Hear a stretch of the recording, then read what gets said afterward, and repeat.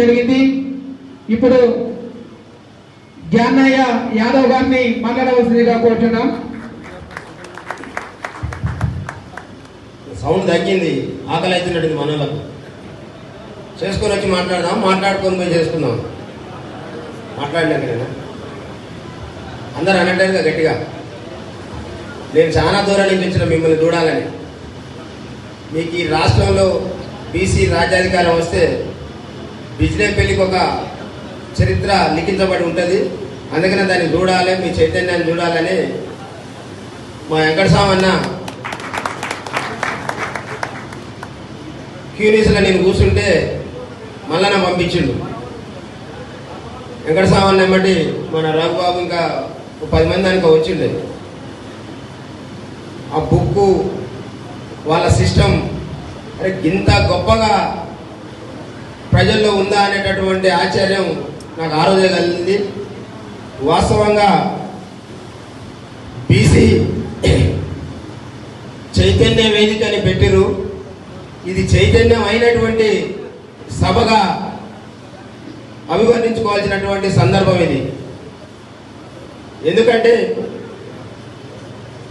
బీసీలలో చైతన్యం లేక కాదు, ఆ చైతన్యం అయినటువంటి బీసీలని రాజ్యాధికారం వైపు నడిపించేటటువంటి నాయకుడు లేక నాయకుని కోసం వెతుకుతున్నటువంటి రాష్ట్రానికి మరి ఒక నాయకుడు కనపడగానే నాయకుడిని వెతుకుంటా వస్తున్నటువంటి సందర్భాలు ఇవి. మరి అలాంటి సందర్భంలో ఈ రాష్ట్రంలోనే మొట్టమొదటగా మేము కమిటీ చేసుకుంటా ఉన్నాం.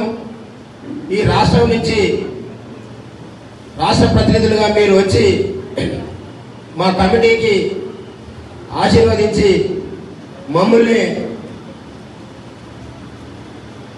అందరినీ కూడా చైతన్యం పరచాలి అనేటటువంటి గొప్ప ఆలోచనతో ఏర్పాటు చేసుకున్నటువంటి ఈ బిజినేపల్లి బీసీ చైతన్య సభ అధ్యక్షుడు మిత్రుడు రఘుబాబు గారికి, అదేవిధంగా మరి యొక్క సమావేశానికి నాతో పాటు ఇచ్చేసినటువంటి బీసీలకు రాజ్యాధికారమే అంతిమ లక్ష్యంగా అనేక రకాల అవకాశాలు వచ్చినప్పటికీ ఈ రాష్ట్రంలో బీసీలని అధికారంలో చూడాలనేటటువంటి లక్ష్యంతోనే మరి ఆ నల్ల చొక్కాతోనే నిరసన వ్యక్తం చేస్తూ ఏదో ఒక రోజు అధికారాన్ని చూస్తానేటటువంటి గొప్ప ఆశతోనే మన ముందు నిలబడినటువంటి సూర్యారావు గారికి, మరి మన పెద్దలు విజయ్ కుమార్ గారు, వారి గురించి మీకు తెలవాలి. మన రాష్ట్రం ఏర్పాటే లక్ష్యంగా జరిగినటువంటి పోరాటంలో గౌరవ ఉద్యమ నాయకులు ఇప్పటి మాజీ ముఖ్యమంత్రి వర్యులు కేసీఆర్ గారికి పిఆర్ఓగా ఉండి తెలంగాణ ఉద్యమాన్ని ఏ రకంగా ముందుకు తీసుకుపోవాలి అనేటటువంటి గొప్ప గొప్ప ఆలోచనలు పంచుకున్నటువంటి వారిలో క్రియాశీలకమైనటువంటి బిడ్డ, మన జాతి బిడ్డ మరి విజయ్ కుమార్ అన్న అనేటటువంటి విషయాన్ని కూడా మీకు ఈ సందర్భంగా గుర్తు చేస్తా ఉన్నాం.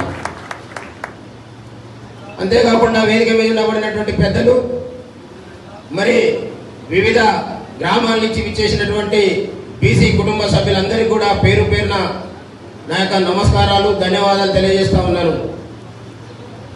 ముఖ్యంగా మరి ఇప్పటి వరకు వేదిక మీద ఉండబడినటువంటి మన సోదరులందరూ కూడా అనేక విషయాలు మాట్లాడడం జరిగింది. వెంకటస్వామి గారు మనందరికీ నాయకుడు,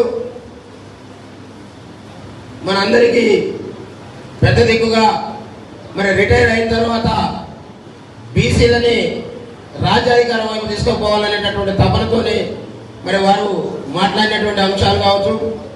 తర్వాత రాజేందర్ గౌడ్ గారు గౌరవ సలహాదారులు ఈ యొక్క సంఘానికి, మరి వారు కూడా జ్యోతిబా పూలే విగ్రహాన్ని ఏర్పాటు చేసుకోవడం జరిగింది. మరి ఆ యొక్క విగ్రహాన్ని మనం ఆవిష్కరణ చేసుకోవాలనేటటువంటి అంశాల మీద మాట్లాడినటువంటి సందర్భం. అన్నాజీ గారు ముద్రా సంఘ నాయకులు ఇక వారు మైక్ ఇస్తే ఇలా మొత్తం ఆయనే మాట్లాడాలనేటటువంటి ఆలోచన ఉండే మరి సమయభావం ఉంది కాబట్టి మరి కొద్దిగానే మాట్లాడిండు. వారు మాట్లాడినటువంటి మాటల్లో మనం ఏర్పాటు చేసుకున్నటువంటి సమావేశం జ్యోతిబా పూలే విగ్రహావిష్కరణే కాదు, రాజ్యాధికారం వైపు కూడా పోయేటటువంటి కమిటీ అనేటటువంటి విషయాన్ని కూడా మరి మన అందరికీ కూడా తెలియజేయడం జరిగింది. మరి యొక్క కమిటీ విగ్రహావిష్కరణతో పాటు రాజ్యాధికారం వైపు ప్రయాణం చేసే విధంగా ఇక్కడ ఉన్నటువంటి బీసీ సమాజాన్ని చైతన్యం చేయాల్సిందిగా మరి విజ్ఞప్తి చేస్తూ, మరి రాము గౌడ్ గారు ఎక్స్ ఎంపీడీ గారు వారు ఒక గొప్ప విషయాన్ని మన ముందు ఉంచడం జరిగింది. ఇప్పటి వరకు జనరల్ స్థానం అనగానే మనం అటు వైపు కూడా మళ్ళీ చూడము.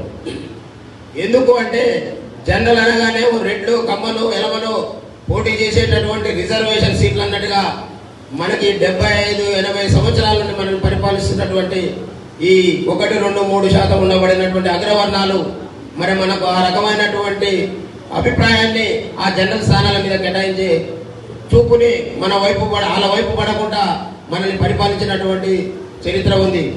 మరి ఇప్పుడు దాన్ని మనం అందరం కూడా జనరల్ స్థానం అంటే అది మన స్థానం, అక్కడ ఎస్సీ ఎస్టీ బీసీలు అందరూ కూడా మరి పోటీ పడేటటువంటి స్థానం. ఈ సమాజంలో మరి అందరం కలిస్తే 100% ఉండబడినటువంటి మన అందరి స్థానంగా భావించి రేపు రాబోయే ఎన్నికల్లో మన యొక్క స్థానిక సంస్థల్లో జనరల్ స్థానాల్లో మనం పోటీ పడాలనేటటువంటి గొప్ప సందేశాన్ని కూడా ఇచ్చినందుకు వారికి కూడా మరి కృతజ్ఞతలు తెలియజేస్తా ఉన్నాం.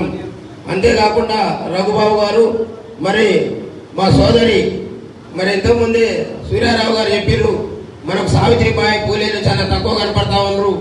మరి ఇప్పుడు వేదిక మీద